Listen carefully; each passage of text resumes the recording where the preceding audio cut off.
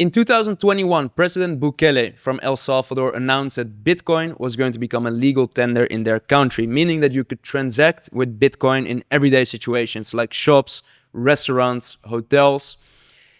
More recently, Bhutan, which is also a nation state with lots of mountains, started to mine Bitcoin through their sovereign wealth fund. So they used their natural environment, which had lots of mountains, lakes. They use it to generate hydro energy to mine Bitcoin. And they have been producing quite a lot of Bitcoin up till now. And even more recently, we are hearing rumors that the US might adopt Bitcoin as a strategic reserve asset. So we saw that President Trump got elected to become the next president of the United States. And apparently he has a very pro-crypto agenda, which might involve not selling any of the US current Bitcoin stack, and even buying up to 1 million Bitcoin with the fiat reserves that they have. So maybe they're even going to print up new money in order to buy Bitcoin. And they're planning to use that Bitcoin reserve to pay off some of its national debt, which right now is at an alarming height of $36 trillion. Now, with all of that hype or all of that movement around nation states potentially getting into Bitcoin, we see a new nation state entering that domain. And that nation is Poland. Poland is a country based in Europe. And recently, we heard the news that one of their politicians announced that if he was going to be elected to become the next prime minister, he would also make sure that Poland would adopt Bitcoin as a strategic reserve asset. And that is huge news because this might trigger an even bigger domino effect. I have been talking about this in many of my past videos. You can go and watch them as well. I've been announcing for a very long time that we're going to see this domino effect where a few big countries are going to start to adopt Bitcoin as a strategic reserve asset, and then the rest will follow. Just like retail investors, countries are like sheep. When one or a few big players do something, then oftentimes the other will follow their example and they will also do it. So in this video, I'm going to dissect exactly what is currently happening, what is going on in Poland, who this particular politician is, and what this means for your investment, Bitcoin, and the global financial system.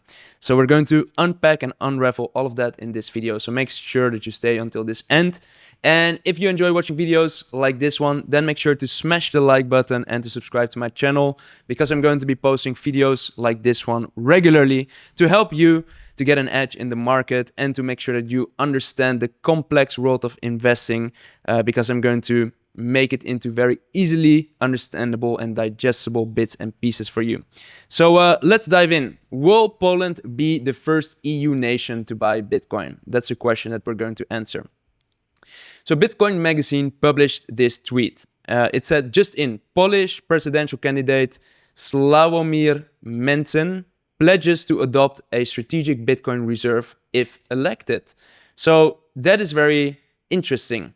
Earlier this year, we saw, of course, that President Donald Trump ran a very big campaign in which he also spoke directly to the crypto audience and promised them as well that he was going to make Bitcoin a strategic reserve asset. Now, when we look at countries, there are some countries that are holding Bitcoin. In fact, here in this table, you can see that countries right now hold around 529,000 Bitcoin. That's around 2.5% of the total supply, so of the 21 million Bitcoin that will ever be in circulation. If you account for the 3 million Bitcoin that are stuck, lost, people lost their passwords, cannot recover it anymore, then it would be an even bigger percentage of the actual supply. So countries right now are already significant holders of Bitcoin. So let's have a look who actually, or what countries actually hold that Bitcoin. So here you see an overview. The US currently holds 2.7 thousand Bitcoin. China holds 1.94 thousand Bitcoin. The UK 61,000 Bitcoin. Ukraine 46,000 Bitcoin. And actually the way that Ukraine got this Bitcoin was mostly through donations. So I remember at the start of the Ukraine-Russia conflict, a lot of donations were made to Ukraine in Bitcoin. And here you can track how much Bitcoin Ukraine actually has. All of those other countries like the US, China, UK, those top 3 Bitcoin holders, most of them got their Bitcoin because they seized them in lawsuits of illegal activities like drug marketplaces or darknet marketplaces or those kind of things, where they caught the founders or they caught some people that were using Bitcoin early stage to transact on these platforms. They seized them, and up till now they were holding this Bitcoin. Then in the introduction of this video, I spoke about Bhutan. So Bhutan is a mountainous nation which started to mine Bitcoin. So far, they've mined 13,000 Bitcoin. El Salvador, which is buying 1 Bitcoin every single day. They own around 5.7k Bitcoin. Finland owns Bitcoin. And then there's a very steep drop-off. Georgia owns 66 Bitcoin. And Germany. Let's talk about Germany because, we'll talk about Germany in a bit. So if we zoom in on Poland. So now I want to, we've covered the landscape of countries that are holding Bitcoin. We've discussed how they acquired that Bitcoin or how they got that Bitcoin. Now let's briefly talk about Poland. So we're going to zoom in one level and we're going to talk about why Poland is such an interesting case. So when we look at the EU, let's look at the size of EU economies. That's often measured in GDP. GDP stands for gross domestic product, and it basically means the economic output of a particular economy. So Germany is the biggest economy of Europe. Their economy is $4.1 trillion or euros in size. Then France is the next biggest economy in Europe. It's around 2.8 trillion euros in size. Then Italy, $2 trillion. Spain, 1.5 trillion. Then the Netherlands, where I'm originally from, it's 1 trillion. And then Poland. So Poland is the sixth biggest country in terms of economic output, or the 6th biggest economy in terms of economic output measured in GDP in Europe or in the EU. The UK is not included because it's not a European Union member. So if we would talk about Europe, it would be a slightly different story, but this is EU member states. So Poland is the 6th biggest economy of the European Union. Now, let's quickly talk about Germany. So Germany, being the biggest economy of the European Union, made a terrible financial decision earlier this year. Because Germany was sitting on a nice stack of Bitcoins, which they seized through a criminal case. They held 3,846 Bitcoin. And a few months ago, they decided, let's sell that Bitcoin. So they were able to sell that Bitcoin for around $3 billion. And I believe that this is going to go into the history books as the worst financial decision that the German government has ever made. Why? Because $3 billion on an economy of 4.1 trillion euros is such a tiny fraction of the economy. It's almost, you can almost neglect it, so small. So the German government, if you ask me, they didn't have to sell off that Bitcoin. It didn't make such a big impact for them right now. But if you believe the predictions of Michael Saylor, the CEO of MicroStrategy, he believes that 1 Bitcoin could go all the way up to $13 million by 2045. So in the next 21 years. So imagine that you're holding 3,846 Bitcoin, like the German government, and you have the patience to wait for 21 years. And then 1 Bitcoin will go to $13 million per Bitcoin. Then it would be a lot more interesting for Germany to take profits on that Bitcoin bag which they were holding, which they didn't even pay money for. They seized it in a criminal case. So it was basically free money which could have turned into a lot more if they understood Bitcoin, at least, if they understood the long-term potential. But they didn't, and that's why I believe there's going to be a big power shift happening in Europe, at least economically. Because Germany, yes, they have been the biggest economy in Europe. They have been the engine of Europe. But I do believe that now there might be contenders which could actually outpace Germany and even the UK. So here's an article by The Telegraph, which says Poland will be wealthier than Britain by 2030. It's time we took notice. So let's have a quick look. Here, again, when we're talking about economic output, we often talk about GDP, gross domestic product, the economic output of a country. And here you see Poland's growth. So from 1999 until 2023, on the y-axis, you see the percentage of growth.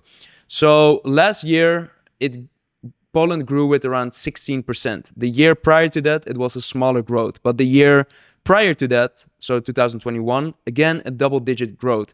When you look at this chart of Poland's growth, you often see double-digit growth. And that is insane, because where I'm from, the Netherlands, we are the 5th biggest economy of the European Union. We generally grow with 2 to 3% per year. That's how our economy grows. The United States grows with, on average, 3 to 4% per year. But Poland grows with double digits almost every single year. And that's why Poland is now becoming an economic superpower within the European Union. So let's briefly compare the GDP per capita. So we earlier discussed GDP, which is the total economic output of a country. And then we have GDP per capita, which is the economic output or the average income per person within the country. So in Poland, the GDP per capita is right now around $22,000. In the UK, it's $48,000, $49,000. In Germany, it's around $52,000. France, $46,000, Spain, $33,000. So this is a very important number. So if we take into account Poland's growth, so here again, you see they have double-digit growth numbers quite regularly, whereas Germany, Netherlands, UK, they grow with 2, 3, 4% per year, whereas Poland grows at a lot faster rate. Here you see this chart. What if you would stipulate the economic growth of Poland and you would compare it with that of the UK? So here the assumed UK growth rate will be 1.1%. The assumed growth rate of Poland will be 3.8%. Then if you would look at the GDP per capita, then actually by 2030, more or less 2032, 2034, Poland will surpass the UK in terms of GDP, in terms of economic growth. And that's what this article is pointing out. Poland will be wealthier than Britain by 2030. It's time that we take notice. So one of the things about Poland's economic growth is Poland, if you're from Europe, you know this, but oftentimes Poland is known for its very cheap labor force. The wages are generally quite low in China. But is that something bad? Sorry, what am I saying? I'm getting one step ahead. No, I'm saying the wages are generally quite low in Poland. But is this something bad? It's not bad. And I was getting ahead of myself by saying China, because that was the example that I wanted to share with you. China is actually also a country where wages are relatively low. But that is actually a great advantage of an economy when wages are low, because it means that there's a lot of opportunities for companies to move to your economy, to take advantage of cheap resources and cheap labor. So a lot of the production and labor is done in low-wage countries like Poland. And if you do that in large volumes, then actually an economy can grow a lot. And then there's also the thing that Poland got invaded by the Germans. Poland got invaded by Russia. So their economy was hit quite heavily early, in the mid-1900s. of the past century. So they were at a very big disadvantage. They had to catch up with other countries in the world. And again, we saw that with China as well. It's not that bad if you start at a disadvantage, as long as you see that as an opportunity to use your cheap labor force and your cheap resources to attract new business to your economy. And also when you implement innovative policies, like, for example, adopting Bitcoin as a strategic reserve asset. More about that in a bit. So in the past few decades, we saw that the unemployment in Poland was quite high in the early 2000s, but now it's very low, in the low 3 to 4% ranges. So the Polish economy is doing quite well. And in 2025, they have elections, which are coming up in May of 2025, to be sure, to be more concrete.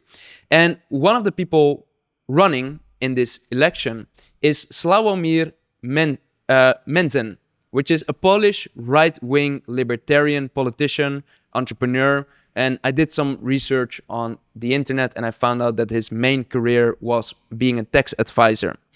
And now he serves as a chairman of the New Hope Party and as one of the leaders of the Confederation, Freedom and Independence. So 𝗗𝗶𝘀𝗰𝗹𝗶𝗺 has announced that he wants to adopt Bitcoin as a strategic reserve asset if he wins the election. Now, there can be a few reasons for this. It could be because he saw the massive success that President Trump had by announcing his plans to adopt Bitcoin as a strategic reserve asset early in his campaign this year, which might have cost in him winning the campaign, which might have cost him to reach a younger audience that cares a lot about this topic. So I believe in the following: good artists copy, great artists steal. If you believe that something is working really well, you can steal that or you can model that and you can implement it yourself as well. That's my philosophy in business. When I see that a business model is working really well, I look at it, I get inspiration, I try to look at why it works well, what I can take away from it, and then I implement it in a new economy or a new market and I give it my own twist. And that might be exactly the strategy that 𝗗𝗶𝘀𝗰𝗋 also has. It could also be that he really cares about Bitcoin. So according to some articles, he's holding around $3.3 million worth of Bitcoin. So he is heavily invested. He understands the asset. He has done his research and he understands the potential that an innovative policy like making Bitcoin a strategic reserve asset could have on the future of an economy like Poland. So here I want to show you this tweet about what's going on in the US. Senator Cynthia Lummis says creating a Bitcoin strategic reserve asset could cut the US national debt in half. So the whole rationale behind the US investing in Bitcoin could be that if they hold on to Bitcoin or they buy up to $1 million worth of Bitcoin by printing fiat and using that fiat to invest in Bitcoin, they could actually invest in something that increases a lot in value over time compared to holding cash, which decreases in value over time. And by using that appreciating asset and taking profits in the future, they could pay off their national debt. Now, that's how a country can actually get a major advantage in the global economics, because if you have a big national debt, then of course you need to pay interest on that debt. And how can you pay interest? Well, you can either print more money, what the US has been doing, or you can go deeper into debt. But if the debt becomes too big, it becomes a debt spiral. That's how economists call it. And then at one point, your economy will just go bust, and you will have to reset, new currency, fresh slate. But that's the worst case scenario. You don't want that to happen, because then other nations will not trust you that more to do trade with you anymore, to do business with you. So that will be really bad for your reputation. And more about that here in this article as well. So the point that I want to make is what's happening right now in the world is really interesting. Bitcoin went from being a very niche technology where only a bunch of basement geeks, academics, people that were very deep into cryptography were discussing it amongst each other and were trading it amongst each other, to now almost 15 years later, where we hear rumors that nation states like the US are going to get involved in Bitcoin. We already have some smaller, very successful case studies of El Salvador, which, because they bought one Bitcoin every single day, regardless if Bitcoin was low or high, made so much profit on their Bitcoin holdings that they don't need to borrow any more money from the IMF. So they don't need any more external funding. And that's what people call the El Salvadorian economic miracle. We see that Bhutan is mining Bitcoin like crazy. They're holding 13,000 Bitcoin. And right now at the current Bitcoin price, that's already quite a lot of money. So those case studies are inspiring a lot more countries to embrace Bitcoin. And one of those countries is Poland. And Poland is a very upcoming economy in Europe. It has shown a lot of economic growth in the past few years. It has come from a very big disadvantage compared to other countries in Europe like Germany, France, UK. It had to recover from the German occupation, the Russian occupation, and it's now in a position where it can take over as a European superpower by taking advantage of its cheap labor force, its cheap resources, but also by reshaping its economy, by implementing innovative policies like making Bitcoin a strategic reserve asset. Now, I'm really curious to hear your thoughts. Do you believe that Poland might actually adopt a strategic reserve asset? And do you believe that other nations across the world are going to follow?